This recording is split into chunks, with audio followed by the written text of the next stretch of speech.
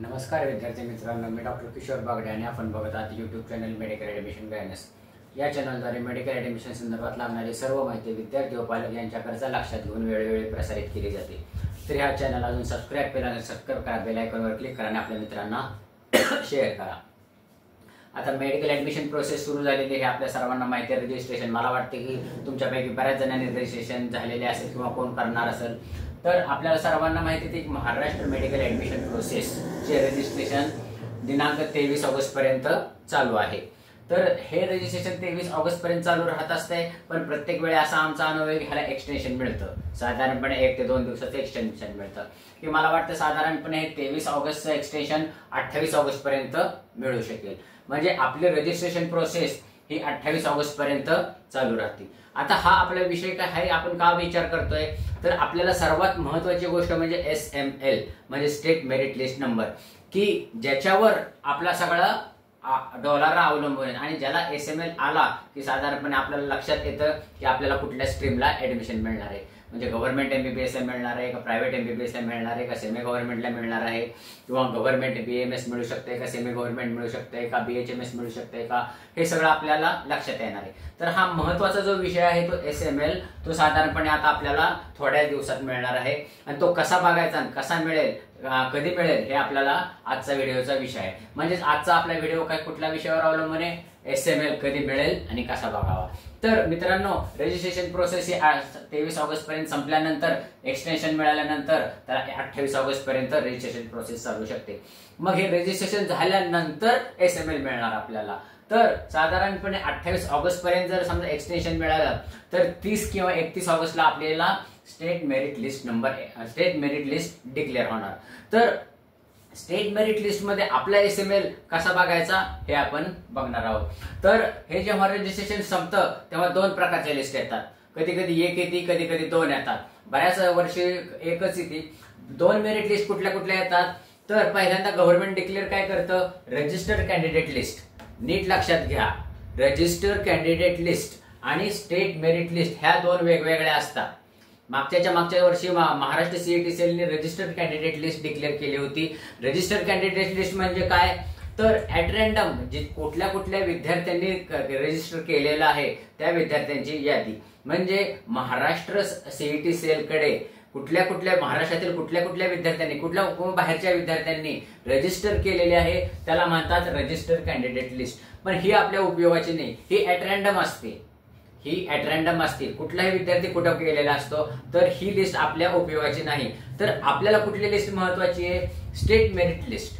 ही list लागल्यानंतर साधारणपणे 1 दिवसांनी किंवा त्याच दिवशी संध्याकाळी किंवा दुसऱ्या दिवशी स्टेट मेरिट लिस्ट लागते। हे खूप महत्वाचे आहे आपल्या दृष्टिकोनातून, आणि ह्याच्यामध्येच आपल्याला SML मिळतो, म्हणजे स्टेट मेरिट लिस्ट नंबर मिळतो। अलग लक्षात, म्हणजे रजिस्ट्रेशन कंप्लीट झाल्यानंतर म्हणजे 28 ऑगस्ट नंतर 1-2-3 दिवसांनी आपल्याला मेरिट लिस्ट येते। एक तर स्टेट मेरिट लिस्ट येईल किंवा रजिस्टर्ड कॅन्डिडेट लिस्ट येईल। रजिस्टर्ड कॅन्डिडेट लिस्ट असेल तर त्याच्याकडे तुम्ही दुर्लक्ष करा, फक्त तुमचं नाव त्यात आहे का बघा, त्याच्यामध्ये काही SML मिळणार नाही। स्टेट मेरिट लिस्ट मध्ये तुमचा नंबर मिळणार आहे। तर कुठं कसा बघायचा हे बघतो। आता तुमच्या तर लक्षात आले की साधारणपणे state merit list number 30 August पर्यंत येणार आहे। तर ह्याच्यामध्ये सिरियल नंबर जो असतो, आता हे साधारणपणे अशा रकाने असतात स्टेट मेरिट लिस्टचे। ह्याच्यामध्ये काय असतो, पहिल्यांदा सिरियल नंबर असतो, नंतर ऑल इंडिया रँक असतो, नंतर रोल नंबर असतो, त्याच्यानंतर तुमचं नेम असतं, अलग लक्षात, त्याच्यानंतर कॅटेगरी असते, त्याच्यानंतर मग कॅटेगरीचा SML असतो, आणि पुढे तुमचे इन डिटेल्स असतात, म्हणजे तुम्ही कशातून हे केलेलं आहे, ऍप्लिकेशन केलेलं आहे। तर मित्रांनो, ह्याच्यामध्ये जो सिरियल नंबर असतो, नीट लक्षात घ्या, स्टेट मेरिट लिस्ट मधला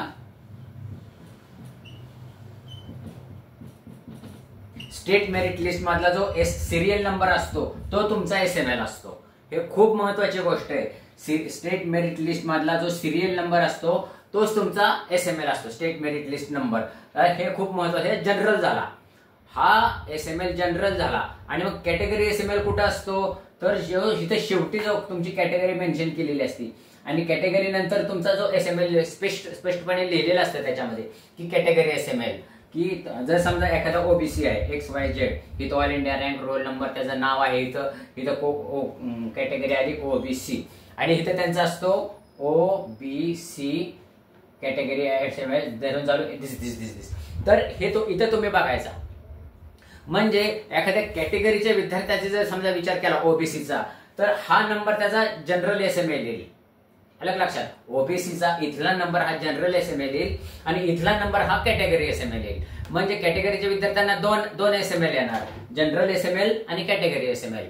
अलग लक्षात. ईडब्ल्यूच्या विद्यार्थ्यांना पण तेच येणार, एससीबीसीच्या विद्यार्थ्यांना पण तेच येणार, SC ST NT1 NT2 NT3 VJ ह्या सगळ्यांना हे असं बघावं लागणार. त्यांचे दोन एसएमएल त्यांनी लिहून ठेवावे लागणार. म्हणजे त्याच्यावर तुम्हाला अंदाज येतो. नीट परत एकदा ऐका. स्टेट मेरिट लिस्ट मध्ये जे पहिला राखाना आहे सिरियल नंबर, तोच तुमचा एसएमएल असतो. आणि सगळ्यात शेवटी म्हणजे सेकंड लास्टला वगैरे तुमचा serial number, all India rank गेल्यानंतर, रोल नंबर गेल्यानंतर, तुमचा नेम गेल्यानंतर कॅटेगरी येतो. कॅटेगरीच्या पुढे तुमचा जो एसएमएल असतो तो तुमचा कॅटेगरी एसएमएल असतो. हे नीट लक्षात घ्या. आणि कॅटेगरी एसएमएल म्हणजे काय की धरून चालू ओबीसीचा जर कॅटेगरी नंबर 1000 असेल तर ह्याचा अर्थ त्याच्या पुढे त्याच्या कॅटेगरीतले 999 विद्यार्थी आहेत. हे झालं कॅटेगरी एसएमएलचं. आणि सिरियल नंबरचं काय, त्याच ओबीसीच्या विद्यार्थ्याचं जर त्याचा सिरियल नंबर जर कॅटेगरी एसएमएल 1000 असेल तर त्याचा सिरियल नंबर साधारणपणे 12-13 हजार असू शकतो. जर समजा 12,000 जर साधा कॅटेगरी जनरल एसएमएल असेल तर त्याच्या पुढे 11,999 इतर विद्यार्थी आहेत. म्हणजे सगळे मिळून त्याच्यामध्ये सगळे आले, open, EWS, SCBC, NT1 NT2 NT3. अलग लक्षात. ह्याच्याहून तुम्हाला पुढचं बरंच प्रोजेक्शन करता येणार आहे. प्रोजेक्शन कसं करायचं ह्याचा पाठीमागे पण व्हिडिओ बनवलेला आहे, पुढे पण व्हिडिओ बघणार आहे. पुढचा व्हिडिओ पण तुम्ही बघा. मला वाटतं की एसएमएल बद्दल तुमची शंका बऱ्यापैकी निरसन झाली असतील. हा जर व्हिडिओ लक्षात आला नसेल तर परत एकदा बघा, म्हणजे तुमच्या लक्षात येईल. तुम्हाला जर काही शंका असतील तर तुम्ही काय कॉमेंट बॉक्समध्ये टाका, आम्ही कॉमेंट बॉक्समध्ये तुमचं उत्तर देऊ. या अशाच माहितीपूर्ण व्हिडिओसाठी ह्या चॅनलला सबस्क्राईब करा, कारण हा चॅनल तुमच्या मेडिकल ऍडमिशन महत्त्वाच्या विषयावर व्हिडिओ करून तुम्हाला मदत करणार आहे. एवढं बोलून आजचा विषय थांबवतो. जय हिंद, जय महाराष्ट्र.